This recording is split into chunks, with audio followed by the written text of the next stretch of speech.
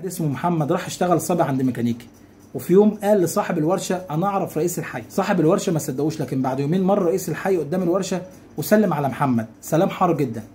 صاحب الورشه اعجب قوي بمحمد وشغله قسطه في الورشه. وبعد يومين محمد قال لصاحب الورشه انا اعرف الوزير. قال له لا صعبه جدا دي. وفعلا بعد يومين عدى الوزير قدام الورشه وسلم على محمد. صاحب الورشه اتجنن وقال لمحمد يا ابني انا هجوزك بنتي وتمسك الورشه مكاني. وبعد يومين محمد قال لصاحب الورشه انا اعرف اوباما. صاحب الورشه قال له بلاش تضحك عليا، وسعت منك دي.